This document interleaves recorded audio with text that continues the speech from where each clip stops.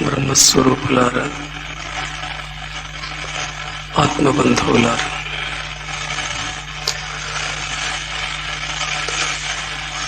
పోయిన నెలలో కన్నడలో మాట్లాడినాను, ఈరోజు తెలుగులో మాట్లాడాలి. మేము అనుకున్న ప్రకారం ఈరోజు వైశాఖ పూర్ణిమ. ఈ రోజుకు ఒక వైశిష్ట్యం ఉంది.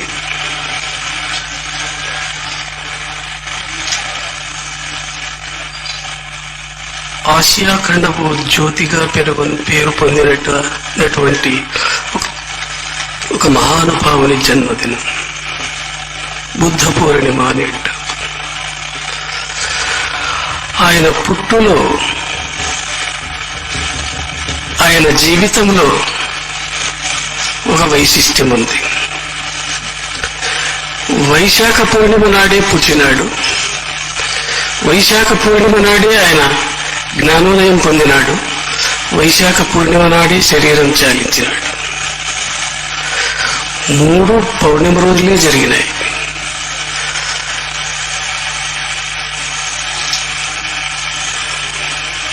ప్రపంచంలో క్రైస్త ధర్మము తర్వాత ఎక్కువగా ఉన్నటువంటి వాళ్ళు బౌద్ధులు.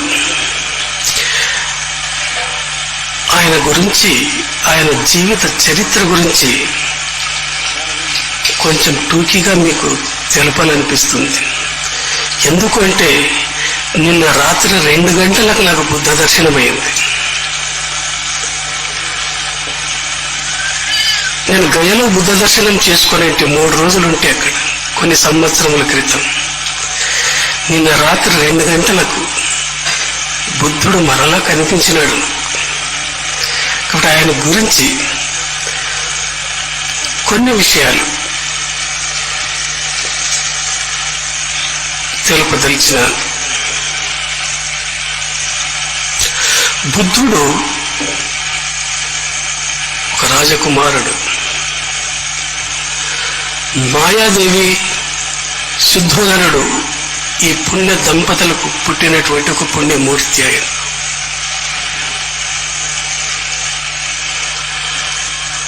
ఆమె మాయాదేవి కాన్పు కొరకు 9 మాసాలు నిండినాయి. పుట్టినింటికి పోతూ ఉంది. లుంబిని వనంలో, అరణ్యంలో ఆమెకు నొప్పులు రావడం, అక్కడే కాన్పు కావడం జరిగింది. ఆ మహానుభావుడు అడవిలోనే పుట్టినాడు. అయితే దురదృష్టవశాత్తు ఆ మహాతల్లి దేహాన్ని చాలించింది. తర్వాత ఆ పిల్లవాని పెంపకం గౌతమి పినతల్లి చూస్తూ వచ్చింది, సంరక్షణ చేసింది. మహారాజుకు చాలా సంతోషమైంది. ఒకవైపు సంతోషము, ఒకవైపు దుఃఖము. దైవజ్ఞులను పిలిపించి ఈ బాలుని యొక్క ముందు జీవితం గురించి లెక్క వేసి తెలపండి.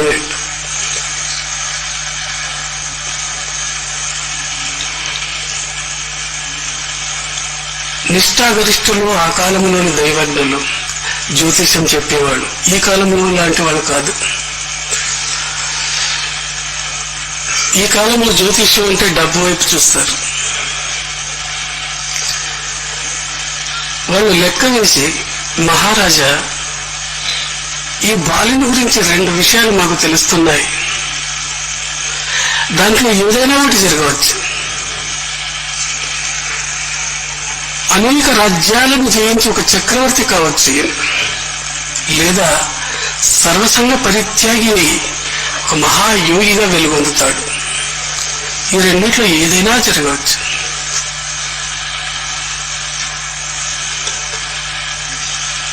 మొదటిదేమో చాలా బాగా కనపడింది మహారాజుకు. రాజు కొడుకు రాజు అయితేనే ఆనందం, డాక్టర్ కొడుకు డాక్టర్ అయితేనే సంతోషం, ఇంజనీర్ కొడుకు ఇంజనీర్ అయితే సంతోషం, రాజు కొడుకు రాజు అయితేనే సంతోషం. నా తర్వాత, నా తదనంతరం నా కుమారుడు రాజు కావాలి. మంత్రం సమావేశపరిచి ఈ సమస్యను ఎట్లా పరిష్కారం చేస్తారు అని విచారిస్తాడు శుద్ధోదనుడు. అప్పుడు మంత్రులు బాగా ఆలోచించి దుఃఖమును కలిగించే సన్నివేశాలు ఈయన జీవితంలో రాకుండా చేస్తే ఈయన దాన్ని మర్చిపోతాడు, ఇంకా రాజ విలాసంలోనే బ్రతుకుతాడు, ఉజ్వలమైన భవిష్యత్తును తీసుకురావచ్చు అని సలహా ఇస్తారు. వెంటనే ఒక ప్రత్యేకమైనటువంటి భవనాన్ని నిర్మించి ఈ పిల్లవాడిని పెంచుతారు. సిద్ధార్థ అని పేరు పెడతారు. యుక్త వయస్సు వస్తుంది. ఆడంబరాలతో భోగభాగ్యాలతో జీవిస్తున్నాడు సిద్ధార్థుడు. యుక్త వయస్సు రాగానే అత్యంత సుందరమైన ఒక రాజ కన్యను తెచ్చి వివాహం చేస్తారు. ఆమె పేరు యశోధర అని. చాలా సంతోషంగా ఉంటాడు, ఆనందంగా ఉంటాడు. వాళ్లకు ఆ దంపతులకు ఒక కుమారుడు కలుగుతాడు. రాహులుడు అని పేరు పెడతారు. భోగ భాగ్యాలతో మునిగి తేలుతున్నాడు సిద్ధార్థుడు. ఆకస్మికంగా ఒక రోజు తన రథం యొక్క సారథితో చెప్తాడు,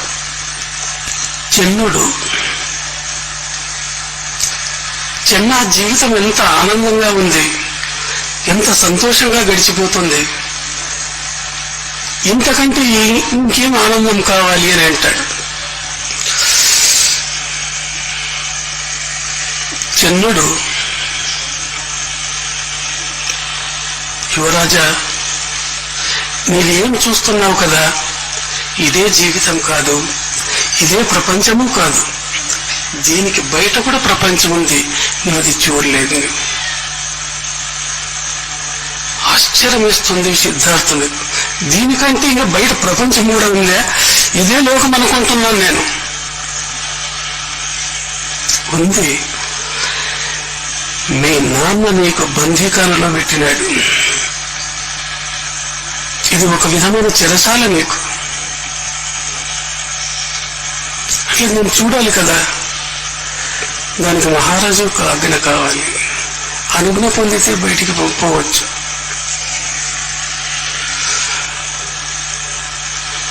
నేను తండ్రి గారిని చూడాలని చెప్పి పంపిస్తాడు. మహారాజు వస్తాడు ఆనందంగా. ఏం నాయన సంతోషంగా ఉన్నావా? తండ్రి, సంతోషంగా ఉన్నాను నేను, దీనికంటే బయట ప్రపంచం ఉందంటే నేను చూడాలి. నేను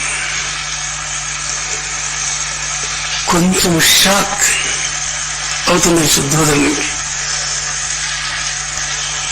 సరే, తర్వాత నేను ఏర్పాటు చేస్తానని చెప్పి మరలా మంత్రులను పిలిపిస్తాడు.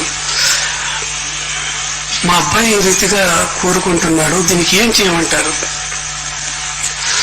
మంత్రులు ఆలోచన చేసి, రాజా యుక్త వయస్సులో ఉన్నాడు, అత్యంత సౌందర్యవతి అయినటువంటి భార్య ఉంది, కుమారుడు కలిగినాడు, ఈయనకు వైరాగ్యం ఎట్లొస్తుంది?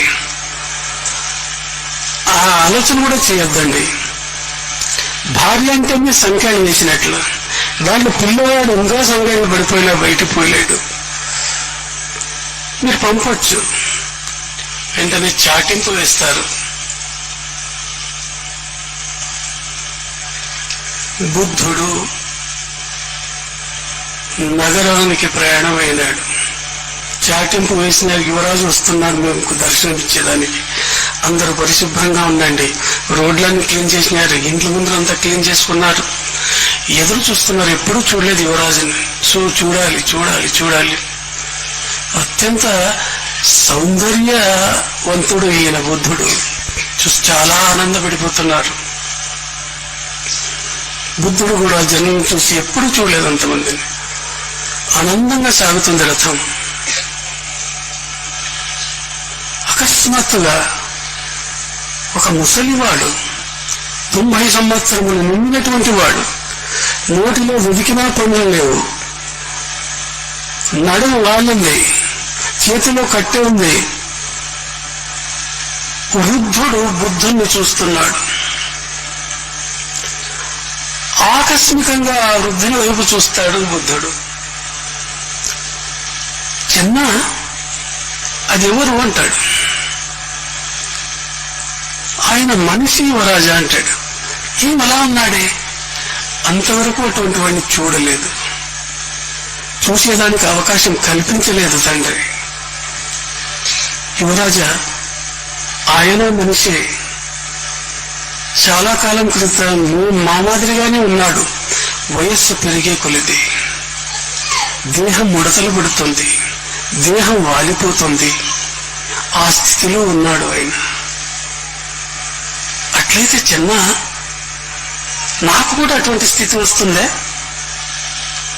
తప్పనిసరిగా వస్తుంది. దేహం ఒకే రీతిగా ఉండదు యువరాజా, మార్పు చెందుతూ ఉంటుంది. అది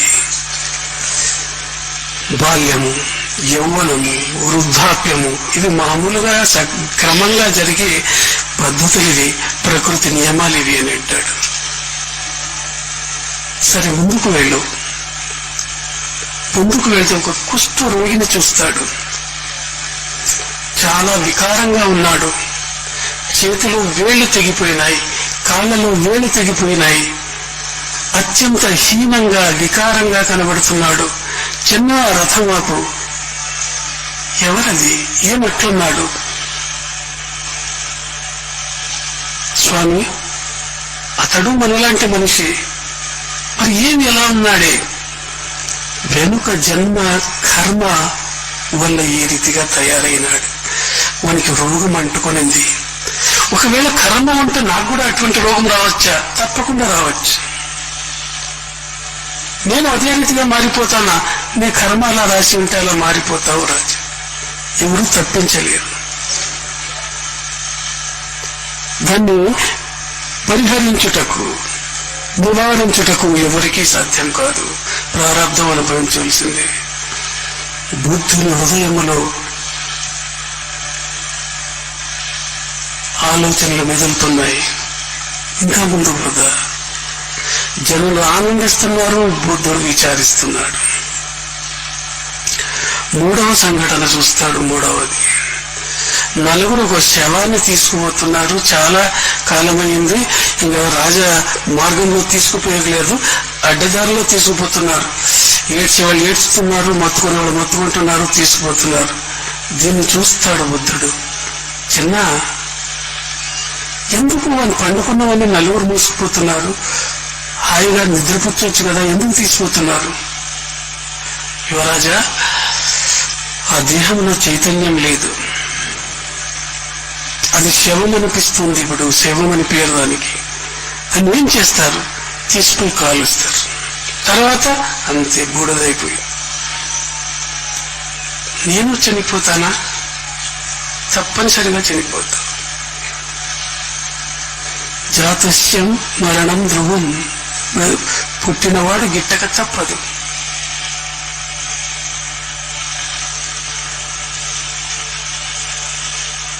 ఆందోళన బయలుదేరింది బుద్ధిని హృదయంలో. ఏమిటిది? నేను ఏమేమో అనుకుని ఉంటే ఏమేమో జరుగుతుంది కదా. ఇంకా కొంత దూరం తీసుకుపోతాడు చిన్నుడు. ఒక చెట్టు కింద ఒక సన్యాసి నిలబడినాడు.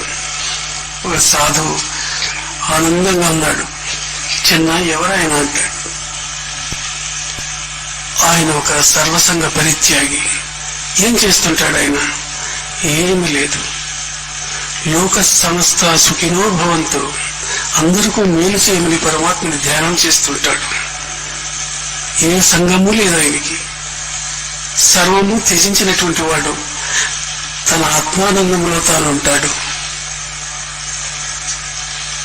సరే చిన్న, ఇక నేనేమి చూడదలుచుకోలేదు, వెనుతిరిగి వెళ్ళిపోదాం. వెనుతిరిగి వచ్చేస్తాడు. జన్మ మృత్యు జరా వ్యాధి దుఃఖ దోషానుదర్శనం, ఈ విషయాల గురించి హృదయములో ఆ మథనం జరుగుతోంది, మంథనం జరుగుతూ ఉంది. ఏమిది? ఈ పుట్టేమి, ఈ వయస్సు ఏమి, ఈ రోగమేమి, ఈ చావేమి, ఎందుకింత దుఃఖం వస్తుంది?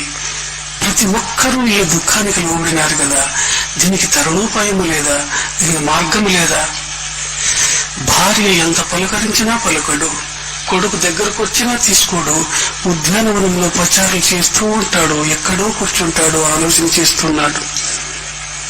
ఈ 30 సంవత్సరాలు నేను ఎంత వృథాగా గడిపేసినాను కదా, ఈ భూభాగ్యాలు అశాశ్వతము కదా, ఇది ఏమిటి ఈ జీవితం? ఇది దీనికి ఒక పరమార్థం లేదా, దీనికి అర్థమే లేదా? కొద్ది రోజులు ఇదే రీతిగా గడిపి ఒక తీర్మానానికి వస్తాడు. రాత్రి 12 గంటల సమయంలో పోయి చెన్నను లేపుతాడు. చెన్న లేయి అంటాడు. లేస్తాడు చెన్నుడు. ఏమి రాజా, ఇంత అర్ధరాత్రి అయింది, 2 గుర్రములు సిద్ధం చేయి, ఎక్కడకు అడగవద్దు, సిద్ధం చేయి, ఇది నా ఆజ్ఞ. గుర్రాలను సిద్ధం చేస్తాడు. చివరిసారిగా భార్యను చూస్తాడు. ఎంతో ప్రేమ భార్య అంటే, కుమారుడంటే ఇంకా ప్రేమ. ఆమె పక్కన పండుకున్నాడు బాలుడు. చివరిసారిగా పిల్లవాడిని ముద్దు పెట్టుకుందామనుకుంటాడు. ఇది భ్రాంతి, ఇది మమకారం. ఇది నా నుంచి మళ్ళీ పిల్లవాడు లేయొచ్చు, తల్లి లేయొచ్చు, తర్వాత రాద్ధాంతం జరగచ్చు. చివరిసారిగా చూసి 2 కన్నీటి బొట్లు జారిస్తాడు, వెనతిరిగి వచ్చేస్తాడు. చెన్నైతో సహా చాలా దూరం తమ నగర పులివేర్ల వరకు దాటి వస్తాడు. అప్పటికే తెల్లవారుతూ ఉంటుంది. ఇప్పుడు చిన్న, నాకు కపిల వస్తుకు రుణం తీరిపోయింది, నేను వెళుతున్నాను, నేను వాపస్ వెనుకకు వెళ్ళిపో అంటాడు. గట్టిగా కాళ్ళు పట్టుకుని ఏడుస్తాడు చెన్నుడు. యువరాజా, నేను పోయి ఏమని చెప్పున్నాను అక్కడ? యువరాజు ఎక్కడ అంటే ఏమని చెప్పున్నాను వాళ్ళకు? రాజు ఊరికే ఉంటాడా? అమ్మగారు ఊరికే ఉంటారా? ఆ పిల్లవాడు ఎంత రోధిస్తాడు కదా. దయచేసి ఇటువంటి సాహసం చేయొద్దండి, దయచేసి వెనుదిరిగి రండి అని ఎంత వేడుకున్నా లేదు. ప్రపంచమంతా దుఃఖంతో నిండింది. ఈ దుఃఖానికి కారణం నేను కనుగోవాలి. 30 సంవత్సరములు నేను వృథాగా గడిపేసినాను. నాలో ఒక ఆందోళన బయలుదేరింది.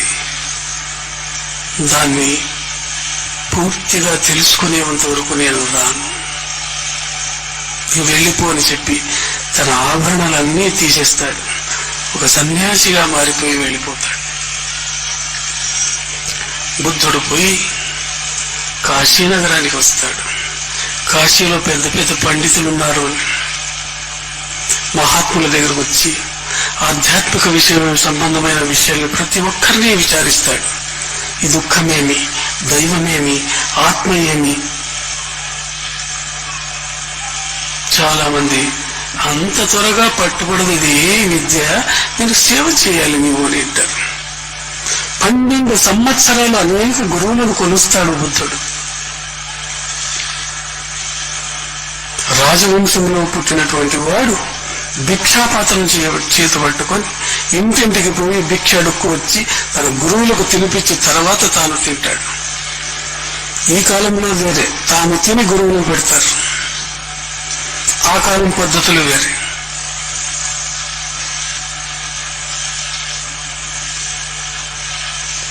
ఎన్నో విధి విధానాలు ఆధ్యాత్మిక క్షేత్రంలో సాధన చేస్తాడు ఆయన మనసు నిలబడడం లేదు. జ్ఞానం తెలిసి రాలేదు, జ్ఞాని కాలేదు. చివరకు గురువుని అడుగుతాడు, ఏం స్వామి, మీరు చెప్పిన నియమములన్నీ పాటించినాను కదా, ఎందుకు నా సందేహాలు తీరడం లేదు, నా జ్ఞానోదయం కావడం లేదు? ఏమిటో నాకు తెలిసిందంతే, నీకు చెప్పిందంతే అంటారు. మేము కూడా పూర్తి జ్ఞానులు అయితే కదా, మేము అంతట్లో ఉన్నాం. ఏమో గడ్డలు పెంచుకుంటున్నాము, ఎవడో వస్తున్నాడు, మొక్కుతున్నాడు, పోతున్నాడు, నలుగురిలో నారాయణ అంటున్నాం, అంతే కథ అంటారు.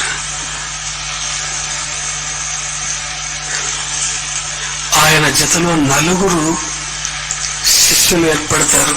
స్వామి, మీరు సాధన చేయండి, మీకు మేము తోడ్పడతాం, అన్ని విధాలుగా సపర్యలు చేస్తాం. సరైన సారనాథ్కి వస్తారు. అక్కడ ప్రతిదినము ధ్యానం కూర్చుంటాడు బుద్ధుడు. ఒకరోజు శిష్యులు భిక్షానికి పోతారు, భిక్షం తీసుకొస్తామని.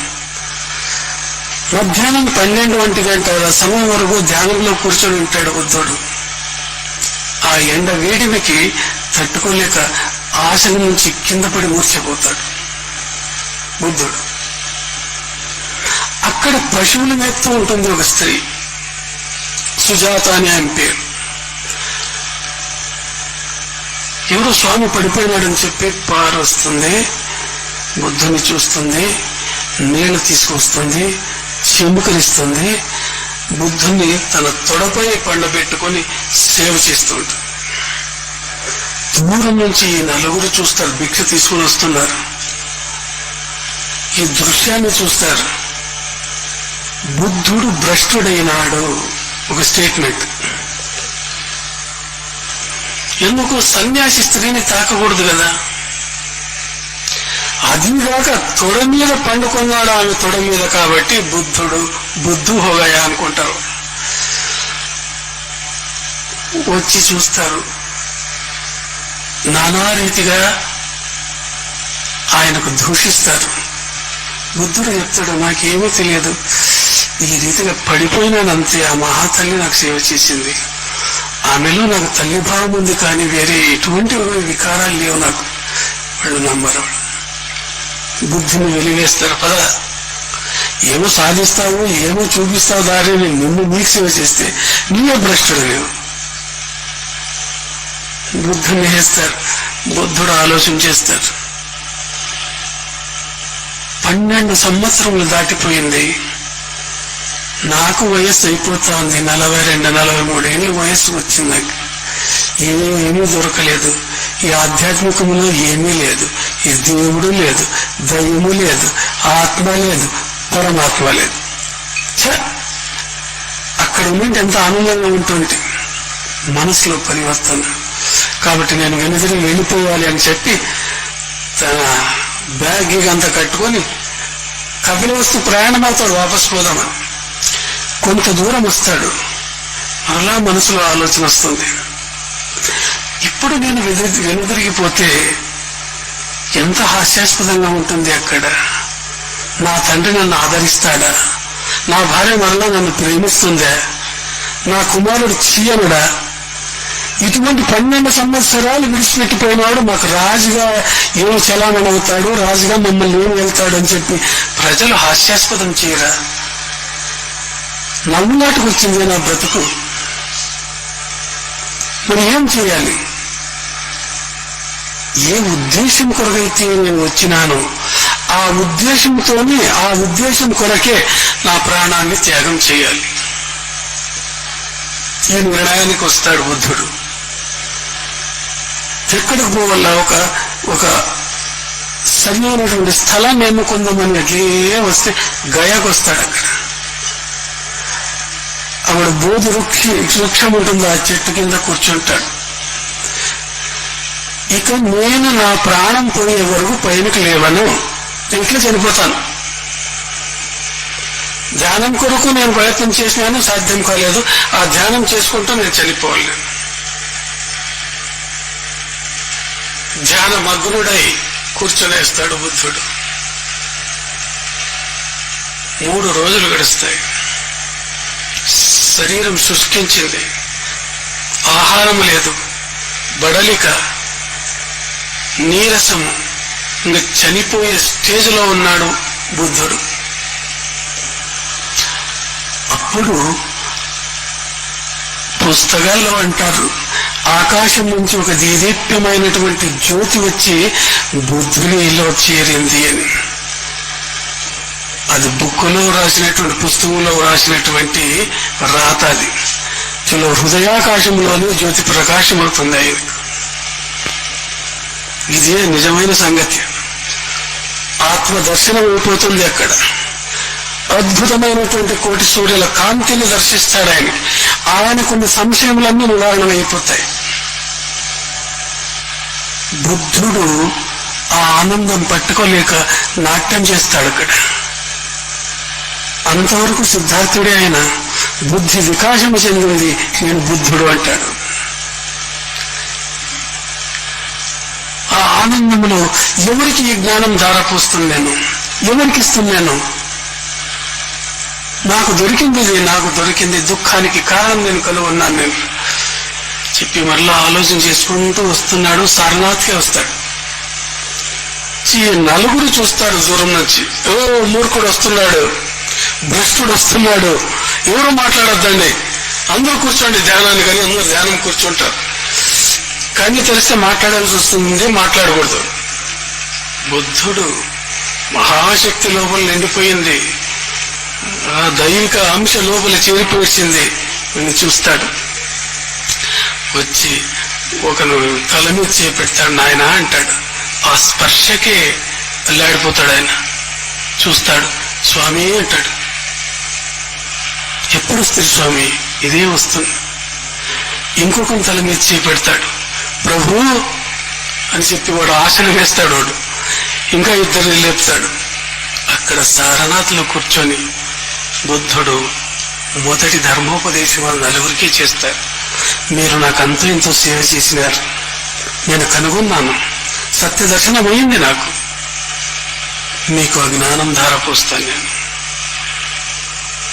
ఆ సారనాథ్లు ఇప్పటికూ గుర్తుపెట్టినారు, అట్లే పెట్టినారు. శిష్యులు విన్నట్లు బుద్ధుడు కూర్చున్నట్లు. ఎక్కడ జ్ఞాన బోధ చేసినాడో అదే స్థలంలో బుద్ధుని విగ్రహం పెట్టారు. 4 ఆది సత్యాలను చెప్తాడు బుద్ధుడు. సర్వం దుఃఖం, దుఃఖ సముదయ, దుఃఖ నిరోధం, దుఃఖ నిరోధ మార్గం, ఆర్య సత్యాలు అని అంటారు. తర్వాత అష్టాంగాలు చెప్తాడు. చాలా పవిత్రమైనటువంటి మార్గము చెప్తాడు బుద్ధుడు జగత్తుకు. సమ్యక్ దృష్టి, సమ్యక్ సంకల్పం, సమ్యక్ వాక్, సమ్యక్ చారిత్ర్యం, సమ్యక్ ఆజీవం, సమ్యక్ వ్యాయామం, సమ్యక్ స్మృతి, సమ్యక్ సమాధి. 8 స్టెప్స్ ఇవి. అద్భుతంగా ఉంది బుద్ధుని యొక్క సిద్ధాంతం. తర్వాత తన శిష్యులకు చెప్తాడు, నేనొక్కడికి దీన్ని అనుభవిస్తే లాభం లేదు, సమాజంలో అందరికీ నేర్పాలి ఈ విద్యను. నేను ఈ రహస్యాన్ని ప్రతి ఒక్కరూ అనుభవించాలి. కాబట్టి ధర్మ ప్రచారం చేస్తాం మేము, నాకు సహకారులుగా ఉండండి. అక్కడే వాళ్ళ ప్రమాణం చేస్తారు ఆ 4 శిష్యులు. మీ అడుగుజాడల్లో నడుస్తాం మేము, త్యాగమూర్తులు. బుద్ధుడు ఒక్కడే ఏమి చేయలేడు, ఆయన్ను అనుసరించినటువంటి వాళ్ళు గొప్పవాళ్ళుగా ఉండాలి. బౌద్ధ ధర్మ ప్రచారం అక్కడి నుంచి ప్రారంభమవుతుంది. ఎన్నో ఒడిదుడుకులు, ఎన్నో బాధలు, ఎన్నో కష్టాలు ఎదుర్కొంటాడు బుద్ధుడు. ఆ మహానుభావుడు తన కోసం ఒక ఆశ్రమం చేసుకున్నాడా, ఒక బంగ్లా కట్టించుకున్నాడా? కేవలం భిక్షాటన. లూట్ చేస్తాడు దాన్ని, డాల్ డాల్ డాల్ డాల్ అంటుంది. అది దాన్ని మధ్యమ మార్గంలో పెడితే బాగా శృతి వస్తుంది. అప్పుడే బుద్ధుడు తెలుసుకుంటాడు, నాది మధ్యమ మార్గమే, ప్రతి దాంట్లోనూ నాది మధ్యమ మార్గమే.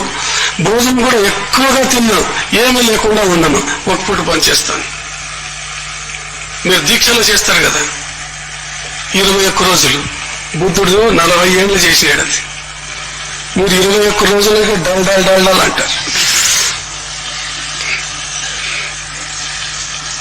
ఎప్పుడు ముగుస్తుంది? ఇంకా వారం ఉంది కదా. 21 రోజులు చేసింది. ఈ మళ్ళా అది ముగిసిన తక్షణ 21 రోజులది వడ్డీతో సహా తినేస్తారు. దీక్ష విరమణ రోజే మీ ముఖాలు చూడాలి, ఏం ఆనందము, ఏం సంతోషం. ఆ రోజు 4 పూటలు పనిచేస్తారు. 8 గంటలకి, 12 గంటలకి, మళ్ళా సాయంత్రం 4 గంటలు, మళ్ళా రాత్రి. అయిపోయింది, గెలిచేసాం మేము. అయిపోయి 40 సంవత్సరాల వంటి పూట భోజనం చేసిన ధీరుడు, మహాయోగి బుద్ధ భగవానుడు. మా దేశం బౌద్ధ ధర్మాన్ని నిరాకరించింది, బుద్ధుని నిరాకరించలేదు. బాగా జ్ఞాపకం పెట్టుకోండి. బౌద్ధ ధర్మం బుద్ధుడు చెప్పిన ధర్మం లేదు ఇప్పుడు.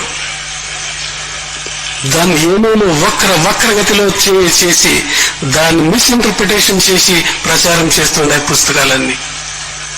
బుద్ధుడు చెప్పిందే వేరు, ఆయన నడిచిందే వేరు. బుద్ధుడు ఎక్కడ నేను ఒక ధర్మం కనిపెట్టినానని చెప్పలేదు. నాదే ఒక ధర్మం అని ఎక్కడ బుద్ధుడు చెప్పుకోలేదు. యజ్ఞ యాగాలను మాత్రం ఖండించినాడు ఆయన, సరికాదు అని. మిగతావన్నీ మా ఉపనిషత్తులలో మా వేదాల్లో ఉన్న విషయాలనే తీసుకున్నాడు ఆయన. నాది ఒక సపరేట్ అయిన ధర్మం అని చెప్పుకోలేదు. ఒక పుస్తకం రాయలేదు. బుద్ధుని తర్వాత అంతా వచ్చింది. ఈ రీతిగా ప్రచారము చేస్తూ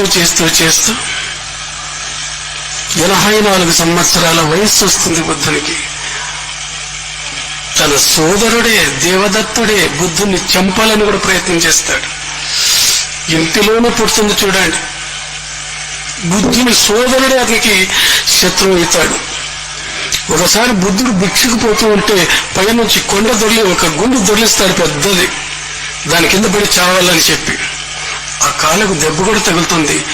శిష్యులు చాలా బాధపడతారు. స్వామి, మీరు ఒంటరిగా ప్రయాణం చేయొద్దండి మీరు. బుద్ధుడు నవ్వుతాడు. ఒకసారి అరణ్యంలో పోయేటప్పుడు ఆ మార్గంలో పోవద్దని అంటారు అందరూ. ఎందుకంటే అక్కడ ఒక దొంగ ఉన్నాడు, రాక్షసుడు వాడు, అందరినీ చంపుతాడు అని. బుద్ధుడు ఆలోచన చేస్తాడు, పోతాను నేను, నాకు దేహం మీద అభిమానమే లేదు, దేహం అనేది ఉంది అని భ్రాంతే లేదని ఆయన వినిపోతాను నేను. స్వామి, వాడు చంపుతాడు కావచ్చు, మరి మీకు ఇంకా అభిమానం ఉంది, మీరు ఇక్కడే ఉండండి, నేనే పోతాను. ఒంటరిగా పోతాడు బుద్ధుడు. పైన కొండ మీద నుంచి చూస్తాడు, సన్యాసి దొరికినాడు కదా అని. దగ్గరకు వచ్చి నిలబెడతాడు. నిలవని, నీ దగ్గర ఏముంది తీ అంటాడు. నాయన, ఈ భిక్షాపత్రం తప్ప ఏమీ లేదు నా దగ్గర. ఏమి లేదా? ఏమీ లేదు. ఏమి లేకున్నా నీ చేతులు కాళ్ళని అన్నాయి కదా, నేను చంపి ఆ వేళ్ళన్నీ హారంగా వేసుకుంటాను. నా పేరు అంగుళీ మాలుడు. అంగుళీ అది వేళ్ళు. తర్వాత ఏం చేస్తావు? నాదొక హాబీ ఇది. ఉంటే దోచుకుంటాను, లేదంటే వేళ్ళు తెంచుకుంటాను, హారంగా వేసుకుంటాను.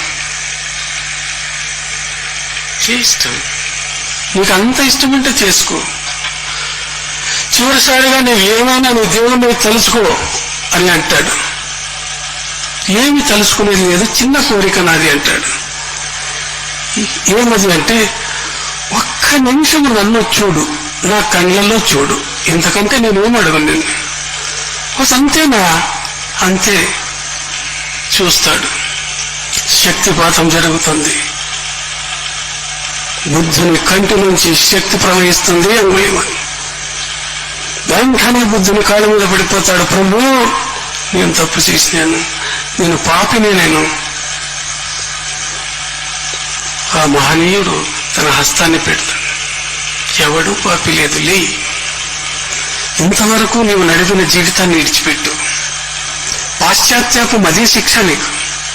విడిచిపెట్టు, నా వెంటరా.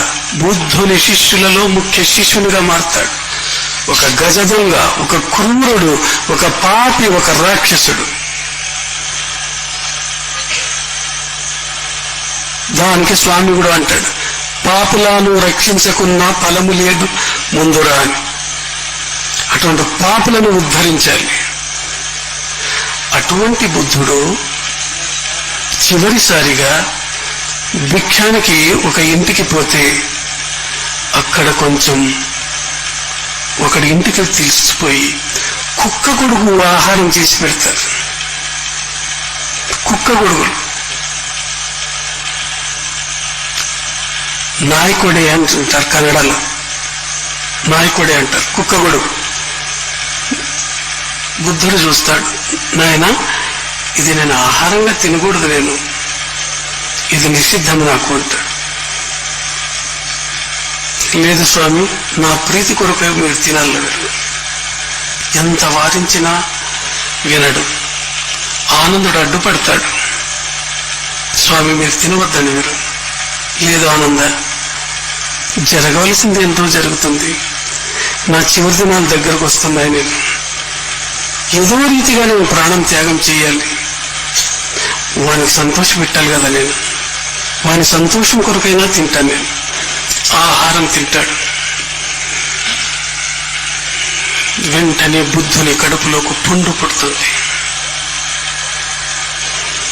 ఈరోజు ఈ వైద్యుల పేరులో క్యాన్సర్ అంటారు దాన్ని.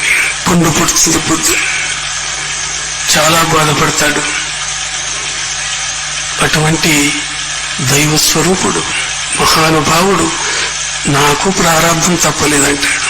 అనుభవించలేదు, తప్పదు. చివరిసారిగా అడవిలోనే బుద్ధుడు ఆ ఆనందుని తొడ మీద పండుకొని దేహాన్ని త్యాగిస్తాడు. 84 సంవత్సరాలు బ్రతుకుతాడు. 2543 సంవత్సరాలైంది బుద్ధుడు పోయి. బుద్ధుని వరిసేకవుతుంది ఆ సమాజం. ఎంతమంది, ఎన్ని కోట్ల మంది తలుస్తున్నారు. భారతీయులమైన మేము బుద్ధుని అవతార పురుషునిగా ఎన్నుకున్నాం. Personality is to man what perfume is to a flower. మంచి నడవడిక, మంచి ఆచరణ ఎక్కడుంటే దాన్ని సమాజం గుర్తిస్తుంది. వాళ్ళ దేహం పోవచ్చు, వాళ్ళు లేకుండా పోవచ్చు, వాళ్ళు చేసిన మంచి పనులు మాత్రం మర్చిపోదు సమాజం. All is perishable in the world. Power and wealth will disappear, but the virtue of a great man will live for ever. వాళ్ళ పవిత్రత, వాళ్ళ సమాజానికి ఇచ్చినటువంటి మేలు, మంచి ఎవడు మర్చిపోలేడు. ఇంకా ద్విగుణీకృతమవుతుంది, రెట్టింపు అవుతుంది, ఎన్నో కోట్లు అది పెరుగుతూ పోతుంది. అటువంటి బుద్ధుడు పుట్టినటువంటి దినమిది వైశాఖ పూర్ణిమ. వాళ్ళంతా మాకు ఆదర్శనీయులు, పూజనీయులు, వందనీయులు. అటువంటి వాళ్ళ మార్గదర్శకత్వంలో మనం జీవితం సాగించవలసి ఉంటుంది. మీరందరూ కూడా ఆ ఆదర్శాలను లెక్కకు తీసుకోవాలి. ఇక్కడ కూడా చాలా మంది వస్తారు, ఆదర్శాల కొరకు కాదు, అడుక్కునే దానికి వస్తారు. ఆచరణ చాలా ముఖ్యమైనది. చూడండి, ప్రపంచంలో జ్ఞానము సంపాదిస్తాం. జ్ఞానం సంపాదించడానికి పెద్దల 4 మార్గాలు అంటారు. ప్రత్యక్షం, పరోక్షం, శబ్ద ప్రమాణం, ఆప్తవచనం. ఈ 4 మార్గాలే ప్రపంచ జ్ఞానాన్ని సంపాదించడానికి. 10 ఇంద్రియాలు ఉన్నాయి. శ్రోత్ర, త్వచక్షుర్జిహ్వ ఘ్రాణ, వాక్, పాణి, పాద, పాయూపస్థ. ఇవి 10 ఇంద్రియాలు. మనస్సుతో కలిసి 11 అవుతాయి. వీటితో మేము ప్రపంచ జ్ఞానాన్ని సంపాదిస్తాం.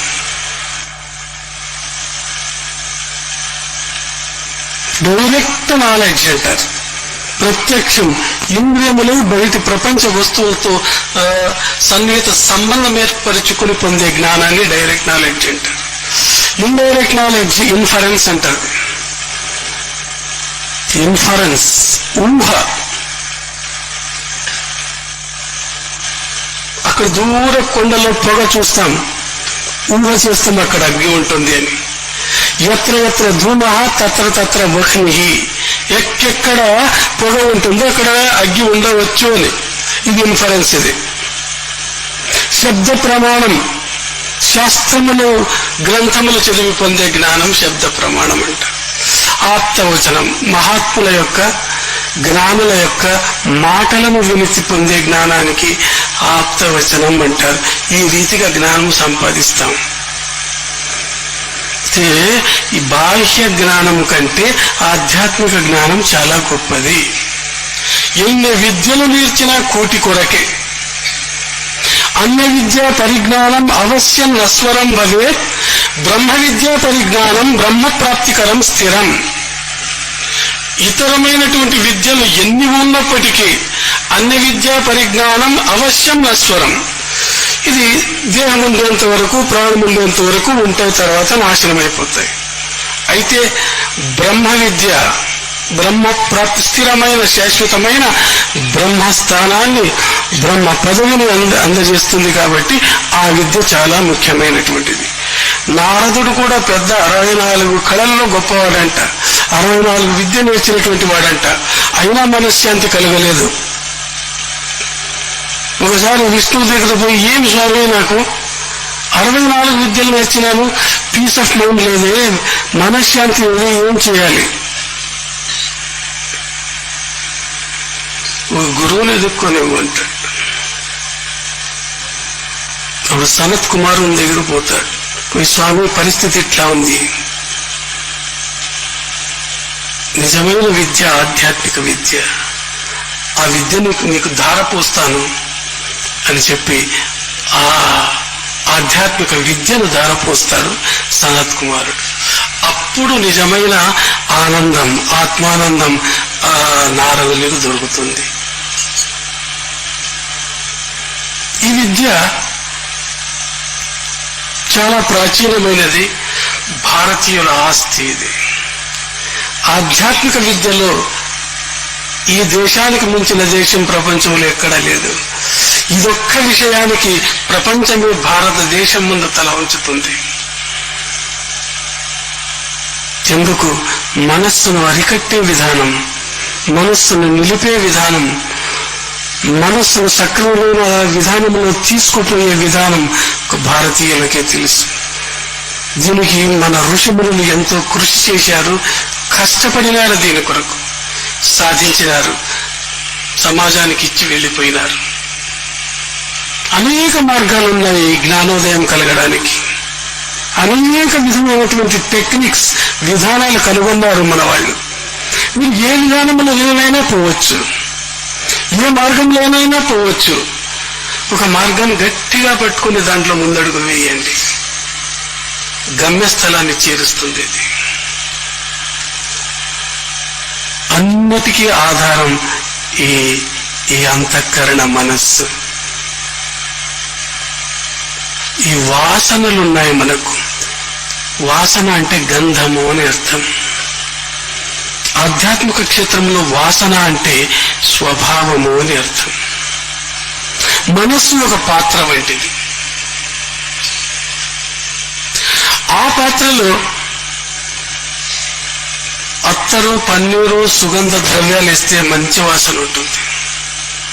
పనికిరాని హేయమైన వస్తువులు వేస్తే దుర్వాసన వస్తుంది. అట్లే ఈ మనస్సులో సత్యము, ధర్మము, శాంతి, అహింస, ప్రేమ ఇత్యాది సుగుణాలు నిండితే సువాసనతో వెదజల్లుతుంది ఈ మనస్సు. ఈ మనస్సులోనే కామము, క్రోధము, లోభము, ద్వేష, అసూయ ఇవి దుర్గంధంతో కూడినటువంటివి ఇస్తే హేయమైన, హీనమైన జీవనం అయిపోతుంది. మనస్సు పూర్వజన్మ సంస్కారాన్ని బట్టే ఉంటుంది. నేను ఎంతో మందిని మార్చాలని చూస్తాను, మారరు వాళ్ళు. ఈ రోజు మారుతారేమో, రేపు మారుతారేమో అని చూస్తాను, లేదు. వెనుక జన్మల్లో చాలా దృఢంగా గట్టిగా నాటుకొని పోయినారు ఈ గుణాలవి. ఎంత కదిలించినా కదిలినట్లు నటన చేస్తారంతే, మారవు అవి. ఏమిది అంటే అనేక జన్మముల నుంచి ఆ వాసనలు వస్తున్నాయి, దుర్వాసనలు వస్తున్నాయి.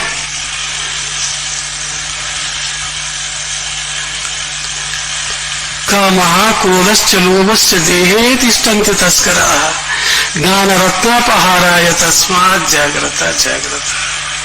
కామము, క్రోధము అనే గుణాలు లోపల చేరుకున్నాయి. ఎంత మంచివాడైనా లోపల ఆ చెడు గుణాలు ఉంటాయి. దాన్ని గురువు యొక్క సేవ వల్ల, సత్ప్రవర్తన వల్ల, పెద్దల ఉపదేశం వల్ల ఒక్కొక్క గుణాన్ని మారుస్తూ వస్తే మహాత్ముడైపోతాడు. కేవలం మీరు కళ్ళు మూసుకొని ధ్యానం చేస్తారంటే యాదేమో చిక్కలేదు మీకు. ఊళ్ళో దొరికినాడంటే దయ్యాలనుకోండి. స్వామి నాకు ఎవరో కనబడినారంటే దయ్యమే ఆ రూపంలో వచ్చిందనుకోండి. ఎప్పుడు కనబడుతుంది అంటే ఇక్కడ గుణాలు మంచివైతేనే. గుణైహే ఉత్తమతాం యాతిరొచ్చైరాసన సంస్థిత ప్రసాద శిఖరస్తోటి కాకః కిం గరుడాయతే. గుణైహే ఉత్తమతాం యాతిరొచ్చైరాసన సంస్థిత ప్రసాద శిఖరస్తోటి కాకః కిం గరుడాయతే. ఉత్తముడు కావాలంటే కేవలం ధ్యానం వల్ల కాలేరు, మీరు యోగం వల్ల కాలేరు. స్వామి నేను 2.5 గంటలు ధ్యానం చేస్తాను, అయితే బయటికి పోయి బ్రాంతి తాగుతాను.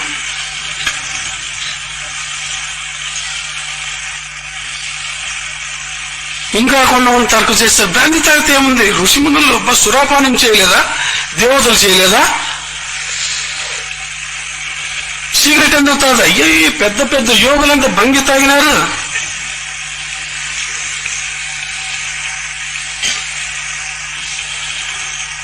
అంత సులభంగా రాదు, అంత సులభంగా రాదు. కాబట్టి సతతము ప్రయత్నం చేయాలి, సతతము ప్రయత్నం చేయాలి. మాయ ఎప్పుడు కొడుతుందో కొడుతుంది. మీరు అనుకోవచ్చు నేను ఆ జన్మ బ్రహ్మచారి, నేను చాలా ఇది అది అని. ಕಚ್ಚಕೈ ಬಾಯಿಗಳು ಇಚ್ಛೆಯಲ್ಲಿ ಇದ್ದರೆ ಅಚ್ಯುತನಪ್ಪ, ಅಜನಪ್ಪ, ಲೋಕದಲ್ಲಿ ನಿಶ್ಚಿಂತನಪ್ಪ. ಈ 3 ಜಾಗ್ರತ್ತ ಅಂటారు. కచ్చే లంగోటి భద్రం ఉండాల, చెయ్యి భద్రం ఉండాల, బాయి కచ్చే కై బాయి ఇచ్చేయాలి ఇద్దరాలి మా కంట్రోల్లో ఉంటే వాడే అచ్యుతుడు, వాడే బ్రహ్మ, వాడే విష్ణువు. తపస్సు చేసినాడు, యోగం చేసినాడు, మెడిటేషన్ చేసినాడు, పూజలు చేసినాడు, పెద్దోడు అని లేదు. సర్వజ్ఞుడు చెప్పినటువంటి మాట ఈ 3 చాలా భద్రంగా పెట్టుకోండి అంటాడు. కచ్చే కయ్యి బాయి ఇచ్చేయాలి ఇద్ది హరే అచ్యుతనప్ప, అజనప్ప, లోకದಲ್ಲಿ నిశ్చింతనప్ప. మీ మనసులు మీరే తెలుసుకోవాలి, ఎన్నెన్ని అవగుణాలు ఉన్నాయో మీరే తెలుసుకోవాలా. ఒక సుందరమైన స్త్రీని చూస్తే సోదరి భావం రాని నాడు ఆధ్యాత్మికం అడుగంటిపోయిందనుకోండి. ఒక అత్యంత సుందరంగా ఉండే పురుషుని చూసిన తక్షణం కామ వికారం స్త్రీలో ఏర్పడిందా రాక్షసి అయిపోతుంది. ఆ భావాలు పెంపొందించుకోవాలి, బుద్ధి ఉపయోగించాలి, తనకు తాను బుద్ధి చెప్పుకోవాలి. ఇది ఒక రోజులో రాదు, ఒక నెలలో రాదు, వెనక సంస్కారం కూడా బాగుండాలి. ఒకప్పుడు నేను వెనుక రాయదుర్గంలో ఉన్నప్పుడు ఒకసారి శిష్యులు ఒక మఠానికి పిలిచిపోయారు. నాకు స్వామి ఆడ ఒక స్వామి ఉండడు, పోదాం రాండి అని. నాకు చిన్న వయస్సు అప్పుడు. నాకు ఇట్లా జనులు గిరాకులు అప్పుడు లేరు.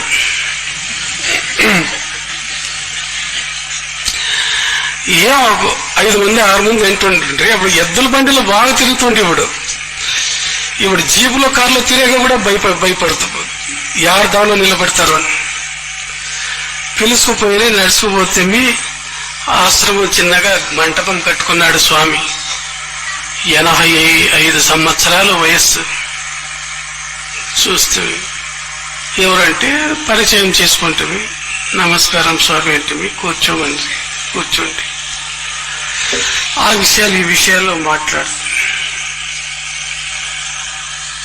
ఆయన కన్నుల్లో చూస్తే నేను, స్వామి మీరేమనుకోకుంటే ఒక చిన్న ప్రశ్న అడగొచ్చా అంటే, అడుగు నాయన, దాంట్లో ఏం తప్పు ఉంది, అడుగు. మీరు ఎందుకు పెళ్లి చేసుకోలేదు స్వామి అంటే,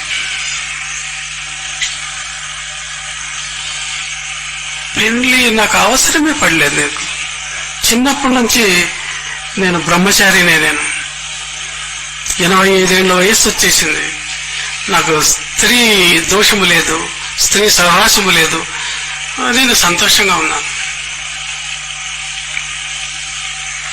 సరే స్వామి సెలవిస్తే పోయేస్తాము. పోయారు. తర్వాత ఒక నెల రోజులకి ఏం జరిగింది చూడండి. ఆ మఠానికి ఒక స్త్రీ సేవ చేసేదానికి వచ్చింది.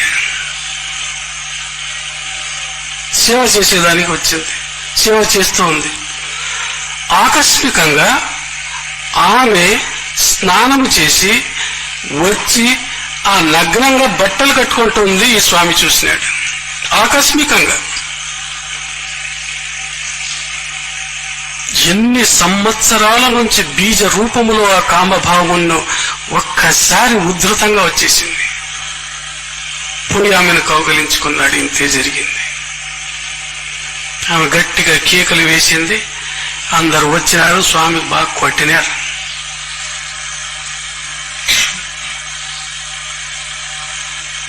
అంత సులభమా?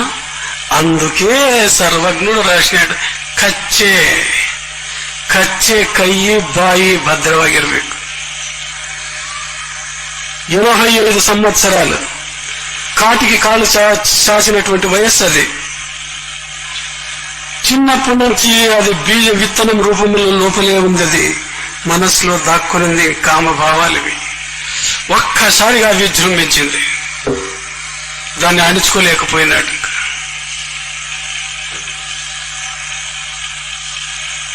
ఇది వాసన, వెనక జన్మల వాసన. ఇది ఎందుకో నాకు ఆ కన్నులు చూస్తే అలా అనిపించింది. ఎందుకంటే మనసులో ఉన్నటువంటి గుణాలు కన్నుల్లో కనబడతాయి. అందరికీ కనబడవు, కొందరికి కనబడతాయి. కాబట్టి వాసనలను జయించాలి.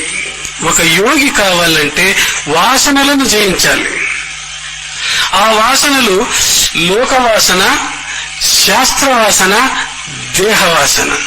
ఇవి 3 జయిస్తే దేవుడైపోతాడు. చాలా మందికి లోకవాసన పట్టుకునేది. ఏం లోకవాసన అంటే, ఈ లోకంలో నేను గొప్పవాడు అనిపించుకోవాలి, శ్రేష్ఠుడు అనిపించుకోవాలి, అన్ని పేపర్లో నా ఫోటో ఉండాలి, అందరూ నా పేరే తలచాలి, నన్ను దేవుడు, దేవాది దేవుడు, అవతారమూర్తి, అవతార పురుషుడు, దైవాంశ సంబుధుడు అని పొగడాలి, నన్ను ఎవరూ తిట్టకూడదు. లోక వాసన ఇది. యోగికి ఇటువంటివి చేష్టలు ఉండకూడదు. దూషించేవాడు ఉంటాడు, పోషించేవాడు ఉంటాడు. నాకు మొన్ననే ఒక ఉత్తరం రాసినారు. ఎవరు ఒక ఆడాయం స్త్రీ రాసింది, నువ్వు స్వామివా, నువ్వు మనిషివా, నా మొగుడు ఇంతవరకు తాగే తెచ్చిపెట్టలేదు, నువ్వేం చేస్తే నాకి.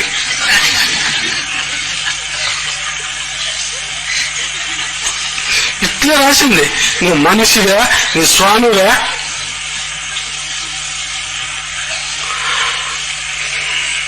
ఆయన మొగుడు తాగుతూ ఉంటే నేనేమో చేయాలంటే. ఇంకా ఇటువంటి లెటర్లు చాలా వస్తుంటాయి నాకు పొగిడేవాళ్ళకంటే తిట్టేవాళ్ళు ఎక్కువ.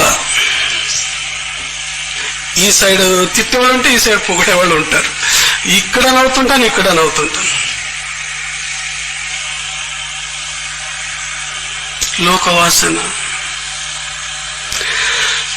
మొన్న ఎవరో అడిగిరి, స్వామి ఎంతమంది ఉన్నారు మీకు శిష్యులు? నాకు 10-12 మంది ఉండొచ్చు అంటే. 10-12 మంది ఏం స్వామి వేల కొద్ది అంటున్నారు కదా బయట, 10-12. మిగతా వాళ్ళంతా వ్యాపారస్తులు. శిష్యులు 10-12 మంది ఉన్నారు, మిగతా వాళ్ళంతా బిజినెస్ పీపుల్ వాళ్ళు అంటే. మీ దగ్గర ఉపదేశం తీసుకున్నాము అది ఇది అంటే లేదు. నేను అందాజుగా అది 10-12 కూడా ఉన్నారో లేదో అనుకుంటున్నాను. ఇదే ఉత్తరం స్వామి అని. ఉత్తరం అది కరెక్ట్. అది మిగతా వాళ్ళు వస్తారు, స్వామి నా భార్యకి ఇట్లా, నా కొడుకులకి ఇట్లా, నా కోర్టు ఇట్లా, నా ఆరోగ్యం ఇట్లా, నా పంట పండదు, నీళ్ళు పడదు. This business. నువ్వు నొక్కుతాం కాబట్టి ఏమన్నా చెప్పు, నువ్వు చెప్పలేని తొక్కుతాం.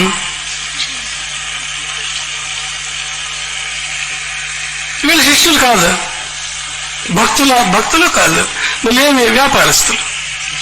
నా దృష్టిలో వ్యాపారస్తులు. రెండోది కృష్ణుడు చెప్పినాడు, ఆర్తి, అర్థార్థి, జిజ్ఞాసి, జ్ఞాని. ఈ రెండిట్లోనే పొరలాడుతున్నారు. ఆర్తి, అర్థార్థి. జిజ్ఞాసి ఎప్పుడు కావాలి మీరు? జ్ఞానులు ఎప్పుడు కావాలా? స్వామి చిక్కేసాలి. అక్కడ శ్రీనివాసం క్షేత్రంలో చిక్కిన అక్కడి నుంచే స్టార్ట్.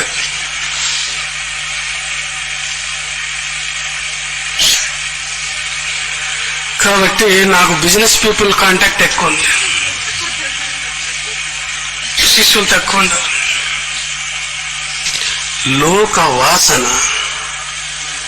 లోక వాసనను జయించాలి. ఎవరేమైనా వ్యసనము చేయడు, తన్ను తానైన వాడు, శివజీవైక్య భావమెరిగిన వాడు, బ్రహ్మజ్ఞానుడు. సత్యమైన మాట చెప్తున్నాను. మీరు సకల దుర్గుణాలను దూరం చేసుకొని కేవలం 3 నెలల్లో మీరు జ్ఞానం అవుతారు. చాలా దూరం లేదు జ్ఞానం పొందేదానికి. ప్రయత్నము లేదు మీకు. వాసనలు, అనేక జన్మముల నుంచి వచ్చినటువంటి వాసనలను తుడుచుకోవడం లేదు, దూరీకరం చేయడం లేదు.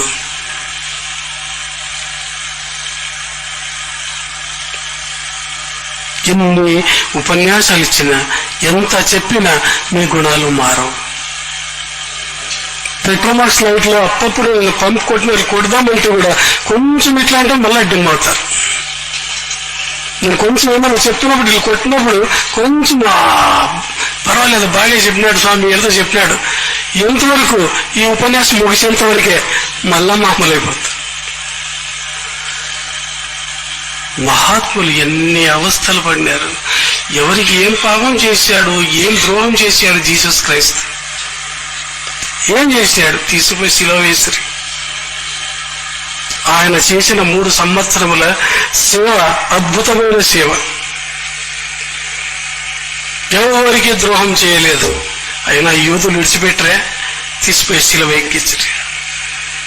శిలువ ఎక్కి మేకులతో కొట్టినప్పుడు కూడా ఆయన ఒక్క మాట అంటాడు, హే ప్రభు, ఏం చేస్తున్నావు నువ్వు? వెంటనే పరివర్తన వచ్చింది. Thy will be done. హే ప్రభు, ఏం చేస్తున్నానంటే ఆయన అన్నంత వరకు ఆయన జీసస్ క్రైస్తు కాదు, అది సన్ ఆఫ్ ఎ కార్పెంటర్ అంతే. వెంటనే అంటాడు, oh God, thy will be done, నీ ఇచ్చే నెరవేరుగాక. నాకు దేహం అభిమానం లేదు, నీ ఇచ్చే ఏమైనా చేసుకో. నిన్ను నమ్మినాను, వెంటనే క్రైస్తు అయిపోయాను. 3 కోట్ల మంది ఈ రోజు స్మరిస్తున్నారు ఆయనకి అంటే దై విల్ బి డన్. ఒకే ఒక నమ్మకం దైవం మీద. శిష్యులకు అటువంటిది రావాలి. ప్రతి చిన్న సమస్య గురువుల దగ్గర తీసుకుపోతారు. విశ్వాసం కావాలి. నమ్మకాలు లేదు మీకు. నమ్మకం ఉంటే మీరే రాజులవుతారు. మీరు పోయి జ్యోతికట్ట దగ్గర ధ్యానం చేయండి అయ్యా అంటే ఆడు ఊరికే బలవంతానికి పోస్తే స్వామి వస్తాడా? కిందకి స్వామి మాట్లాడతాడా? కిందకు వచ్చిందా? స్వామి ఎవరికి దొరకడం లేదు, ఎప్పుడొస్తాడంట? అకస్మాత్తుగా ఎవరికైనా దొరికే స్వామి, ఓ స్వామికి అప్పుడు స్టార్ట్ అయింది, వాళ్ళతో మాట్లాడతాడు, మాతో మాట్లాడు. పోయినంత కాలం ఇదేనా? మీరు సాధించరా? మీ జీవితం ఉద్ధరింపబడకూడదా? అవకాశం దొరికింది, సాధన చేస్తాము, ధ్యానం చేస్తాం, యోగం చేస్తాం. ఎప్పుడు నేర్చుకుంటారు? మహానుభావులు చూడండి. రమణ మహర్షి ఒక లంగోట్ కట్టినటువంటి వాడు, సదానందంలో ఉన్నాడు. ఆయనకు బాధలు రాలేదా? శారీరకమైన బాధలు రాలేదా? దాన్ని ఆనందంగా అనుభవించినాడు. ప్రారంధం ఇది. అయ్యో ఏమంటాడు రమణ మహర్షి? విస్తరాకులో పంచభక్ష పరమాన్నాలు తిన్నాను, ఈ ఆకు ఎట్లుంటే విసిరి పారేస్తానంటాడు. ఆ ఆకే దేహం అని అర్థమడ. పంచభక్ష పరమాన్నాలు బాగా తిన్నాను నేను, ఇస్తరాకు ఏమైతే ఏమి?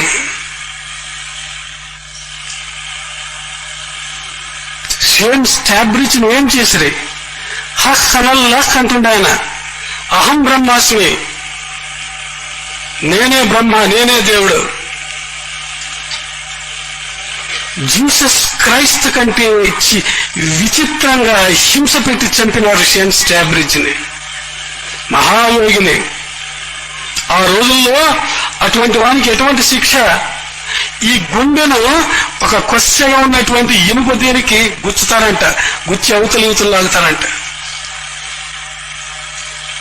చివరి క్షణం వరకు రక్తము చిందించిన పోయిన హక్కనల్లక్కన్నాడు ఆయన. లోక వాసనకు కట్టుబడలేదు వాళ్ళు. లోకం ఏమైనా అనుకొని సత్యాన్ని దర్శించినారు. అటువంటి వాళ్ళుగా మీరు కూడా తయారు కావాలి. ఎవడు ఏమి పొగుడిని, ఎవడేమి అనుకొని సత్య మార్గంలో ప్రయాణం చేస్తాను.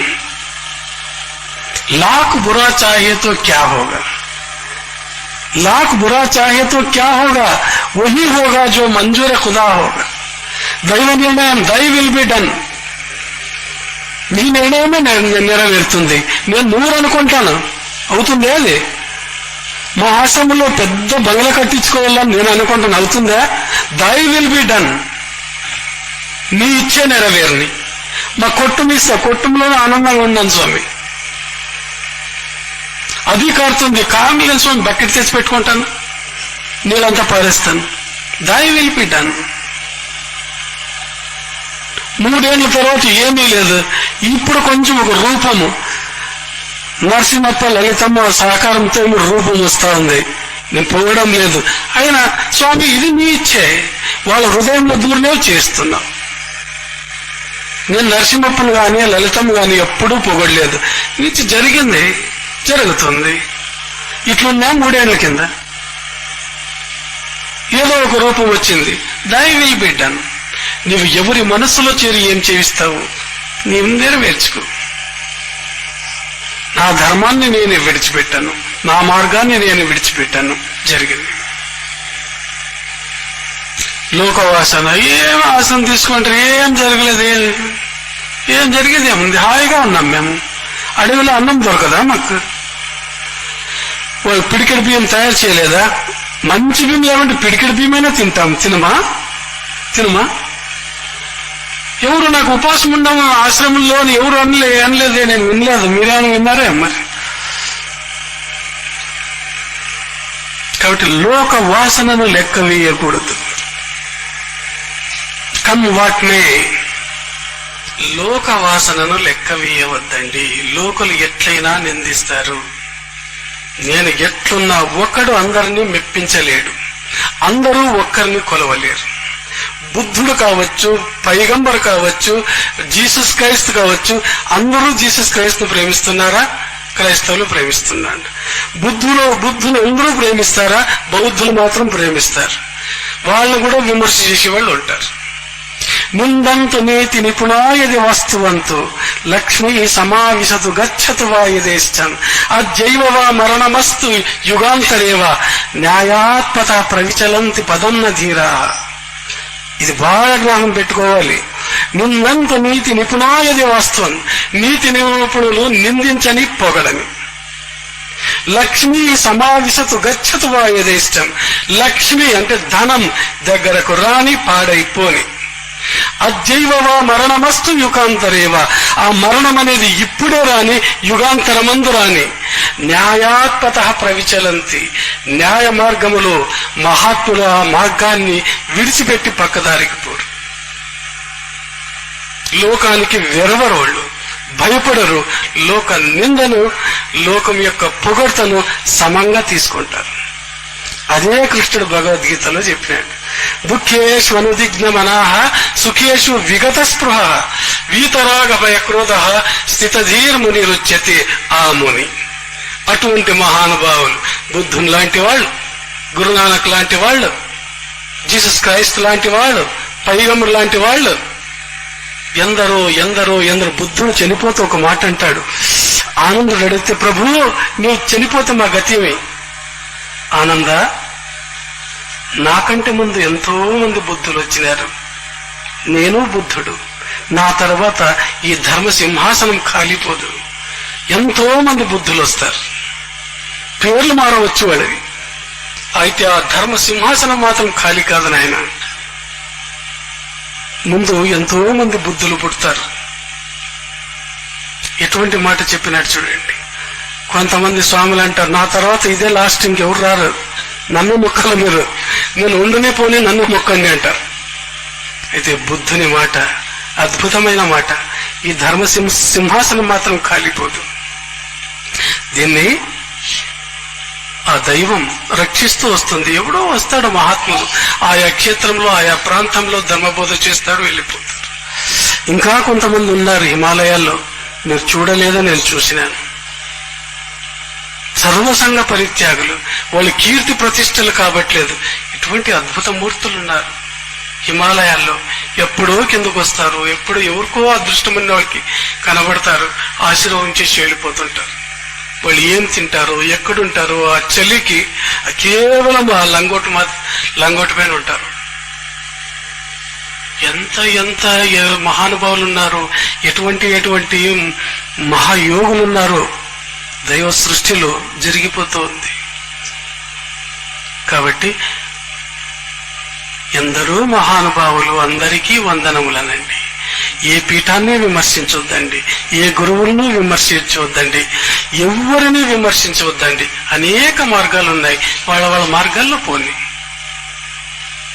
నీ మార్గంలో నువ్వు ప్రయాణం చేయి, ఎదుటి మార్గం వానికి విమర్శించవద్దు. ఆ సంకుచిత భావాలు వద్దు మాకు. ఎందుకంటే ఒక ప్రదేశం చేరేదానికి అనేక మార్గాలు ఉంటాయి. మైసూరు చేరాలంటే ఒకే ఇక్కడి నుంచి పోయితేనా, ఎక్కడెక్కడి నుంచో చుట్టూ రావచ్చు.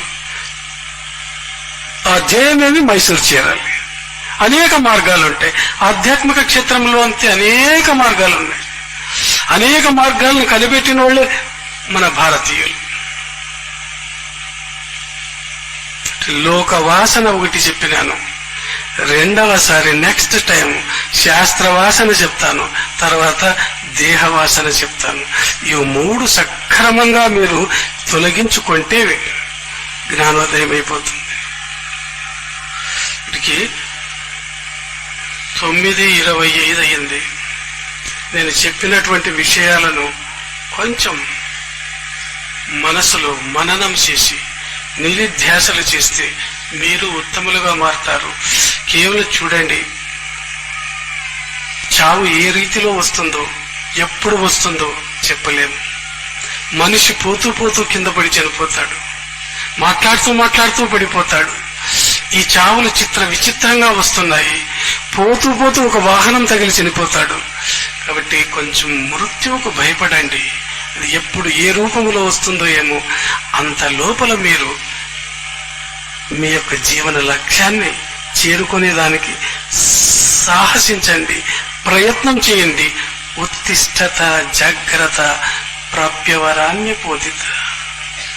లేవండి, కష్టపడండి, ఆచరించండి.